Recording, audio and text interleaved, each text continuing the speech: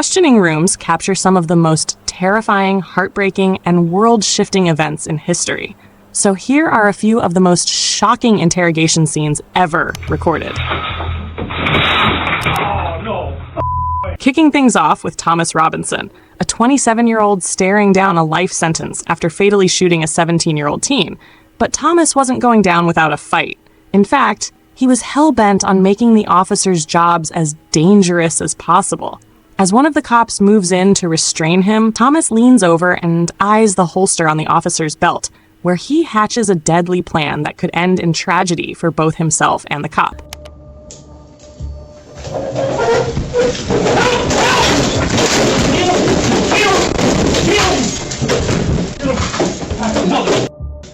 Yeah, I'm good.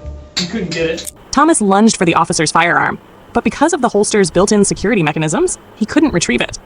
After a brief scuffle, 2 additional officers entered the room armed with tasers to bring him under control, and he was ultimately restrained without further complications. On the surface, this clearly appears to be a situation where the accused was intent on fleeing and ready to achieve that goal by any method possible. However, pay close attention to what he's shouting while grappling with the officers. If he genuinely intended to flee, it's improbable he would have been repeating the phrase, "kill me," right from the start. Instead, it seems likely that Thomas was so overwhelmed by fear over his sentence and situation that he resorted to an extreme tactic, trying to frighten the officers into shooting him, essentially choosing death over facing what lay ahead. Bringing a weapon into an interrogation room is an astoundingly reckless decision, and most police departments strictly prohibit it for the protection of the detectives. However, it appears this Las Vegas Police Department overlooked that protocol and came dangerously close to suffering the dire consequences.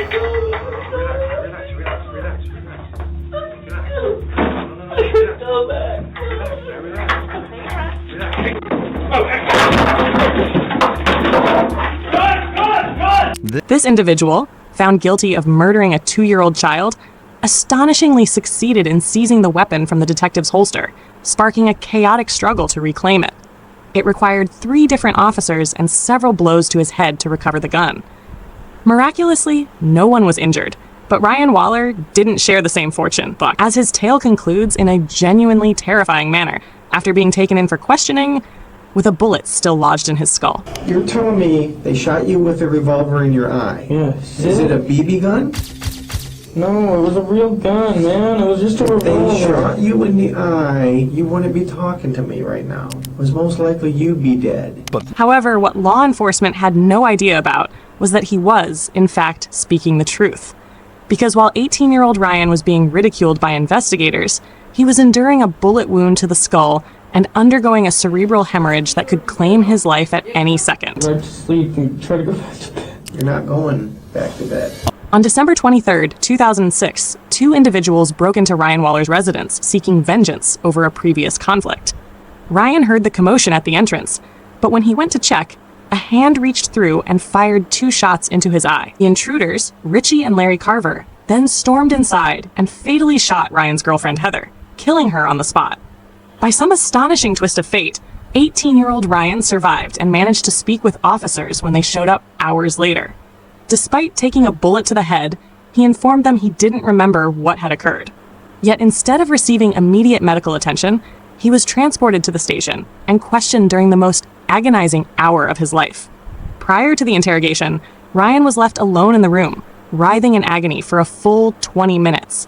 Worse still, he was shackled to the table and couldn't cry out for assistance. Man.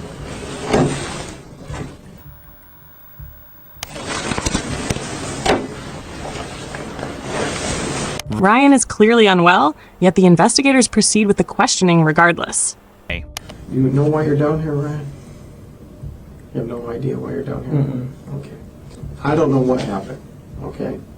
So I'm going to read you something to make sure you understand your rights, okay? Okay, you have the right to remain silent.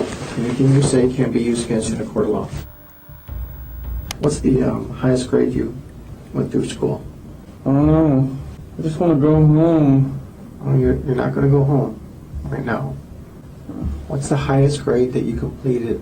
B? No. Not grade. as in letter grade. I'm asking, did you graduate high school? No. Do you know how to read and write, Ryan? Yeah. The manner in which the investigator is speaking to Ryan suggests he senses something is off. He's elevating his tone slightly, speaking more slowly, and using overly basic language, much like one would with a child. Yet despite the large bruise on Ryan's face and his delayed reactions, the detective still concludes that everything is fine and proceeds with the interrogation. Do you have a girlfriend?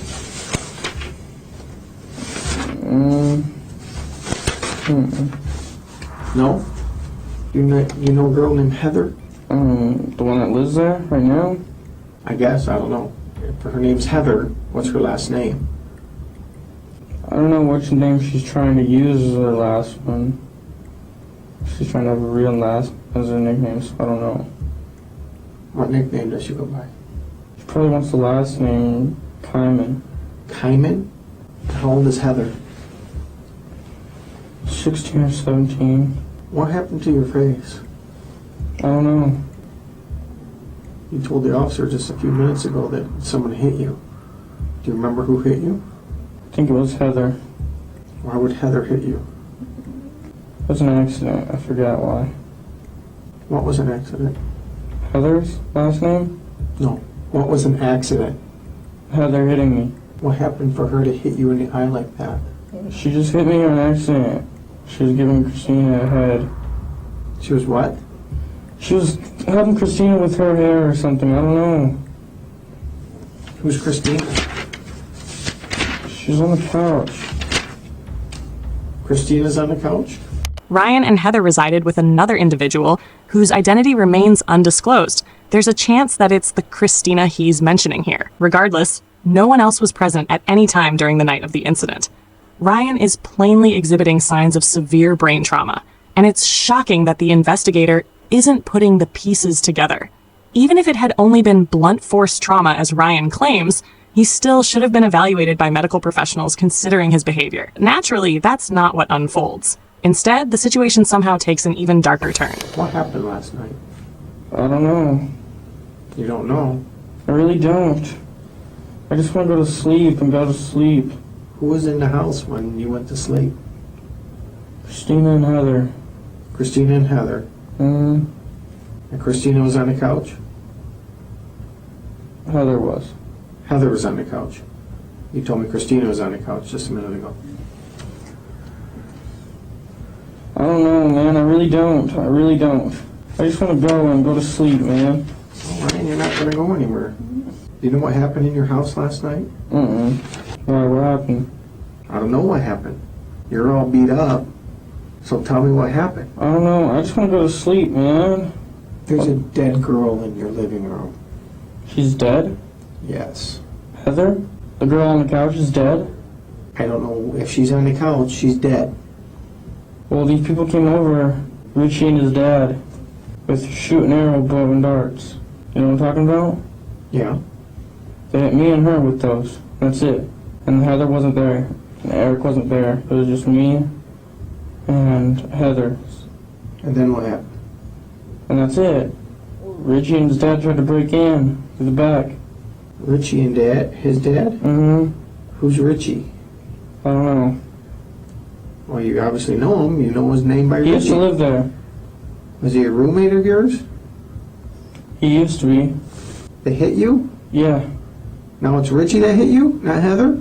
No, Richie and his dad. Why? Because they were trying to get their stuff. I don't know why. And they had some kind of bow and arrows? They each had 2 revolvers and they didn't let off any shells. Okay, you just said they had bow and arrows. Now they have revolvers? That's what I meant. They had revolvers. They have revolvers. Yes. And then what happened? And then they shot us with those. They shot both of you? Yeah. Where'd they shoot you at? I got shot in the eye. You got shot in the eye I think so. with a revolver. I think. I don't know, man. I don't know. Then what happened? I don't know. You don't know a lot, Ryan. I don't, man. I really don't. I'd love to see this officer attempt to express himself even remotely, as well as Ryan does, under these circumstances. Despite having bullets lodged in his skull, Ryan has managed to recall the precise chain of events and even name the assailants. It does seem like an implausible tale, which is likely why the detective is practically mocking him at this point. But that in no way justifies the current situation. He's clearly in agony, visibly distressed, and urgently requires medical attention, yet he's still over 30 minutes away from receiving any form of help. Ryan, why don't you tell me what really happened there? Because I don't believe... I really don't know, man. I really don't. I don't know. I can tell you anything, I swear. I want you to tell me the truth. That's all I want from you. Richie and his dad came there. And I don't know why. I don't know why, but they put me in sleeping hold, and they put me in sleeping hold with the arrows and shit. I lived through that crap. You're all over the board here, number one. You're saying bows and arrows, you're saying revolvers, and you're saying some other thing, and you're saying they shot you in the eye, okay? They shot you with a revolver in your eye. Yes. And that's Is it a BB gun? No, it was a real gun, man. It was just a revolver. If they shot you in the eye with a revolver, you wouldn't be talking to me right now. It was most likely you'd be dead. That's what I thought too, man. I really don't know. I really don't know, and I just want to go back to sleep and try to go back to bed. You're not going back to bed, okay? That's not going to happen. What happened to Heather? Heather got shot. Where did she get shot? Inside the face once. She got shot inside of the face? Mm-hmm. How close were you to her when she got shot in the face? It was after I got shot, so I didn't even hear anything. So you got shot first? Uh-huh. And what happened? Did you call 911? Uh-uh. Did you see if she was alive? She was sleeping still, and that's it. I just let her sleep. She got shot in the side of the face and you let her sleep? Yes. This does not make sense, Ryan. I know, I didn't mean to, man. I'm sorry. I didn't know she was passing out. That's because I got shot wrong once, too, and I was gonna pass out. Okay, this is now, not before. You're saying right now you've been shot Yes. in the eye Yes. with a revolver. Yes. All right. Ryan, you need to start telling me the truth because your story doesn't make sense. I'm trying, man. I don't know. What happened with you and Heather last night? Her dad came and shot the house. And shot her. Mm-hmm. Her dad shot her. Mm-hmm. All right. And then leaves. Mm-hmm. And what did you do? I tried to go back to sleep. After you've been shot Mm-hmm. in the eye, Mm-hmm. you didn't know enough to call 911. Mm-mm. Ryan, look at me. Ryan, Yes. I don't know, man. I really don't why know. did you shoot Heather, Ryan? I didn't shoot Heather. She was already shot once by her brother, I swear. Richie. Yes. Richie shot his own sister. Yes, I swear. That's it. Sit down. Not me. And you've been shot in the eye. Yes. Come on, put your legs down. Put your legs down. Bring your face closer. Oh, my head hurts. Okay. Yeah, be right back.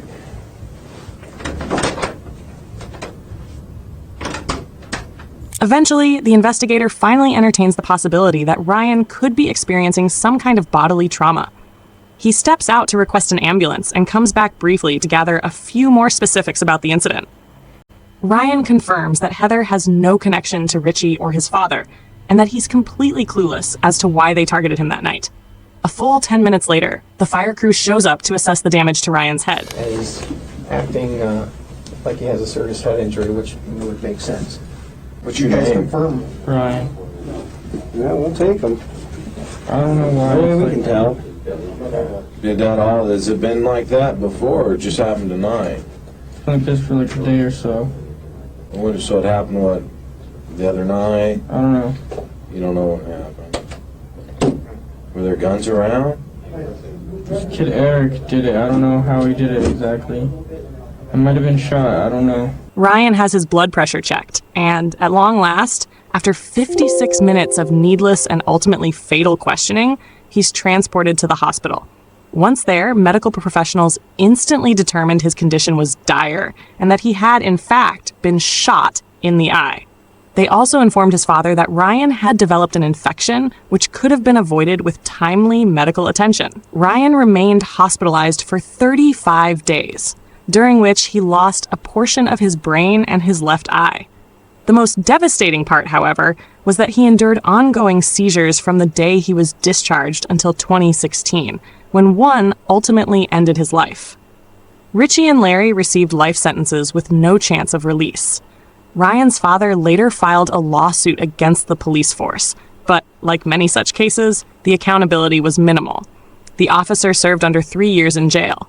Many argue this officer should be prosecuted for negligence, if not homicide, and that a sentence that short is wholly inadequate, especially in contrast to situations like Redderant, who is looking at a possible 30-year sentence for assaulting a law enforcer. Reed was apprehended at a primary school after pretending to be a student's parent. He was acting oddly around the children and couldn't correctly identify any of them, leading to his arrest and questioning. During the session, Reed openly admitted his intention to lure a child away, offer them candy mixed with sedatives, and abduct them once they were unconscious. But just when things seemed straightforward, Reed abruptly decided the interrogation was over and attempted to flee. Put your unit up here. Put your hands behind your back now. Okay. You kidding me right now? Reed had grabbed a pen and tried to stab the detective with it, but the officer's quick reflexes and calm demeanor allowed him to swiftly subdue and detain him. That, combined with the fact that a pen isn't exactly a highly effective weapon. Regardless, Reed was taken into custody and hit with charges of attempted abduction and now a felony assault count. He's presently awaiting his court date and could be sentenced to as much as 30 years behind bars. Reed's getaway attempt clearly didn't go well for him, but the situation turned out quite differently for Quantrell Schwartzlow, who pulled off one of the fastest police station escapes in recorded history.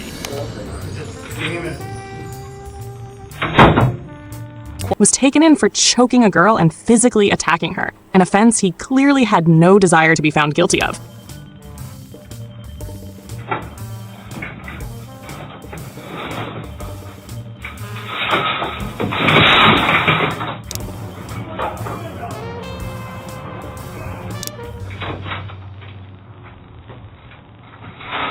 Oh, no. Sadly for Quantrell, his handcuffs were a clear giveaway, and he was apprehended 4 hours later. While it's unclear exactly what became of Quantrell afterward, this clip will undoubtedly place him in the Interrogation Hall of Fame.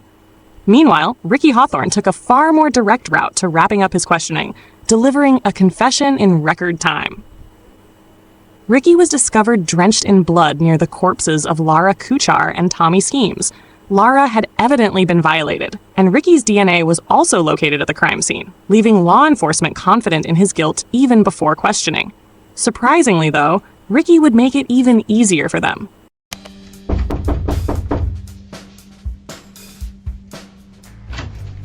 Hey, Hey, come on in. hey, yes sir. Yeah, I did.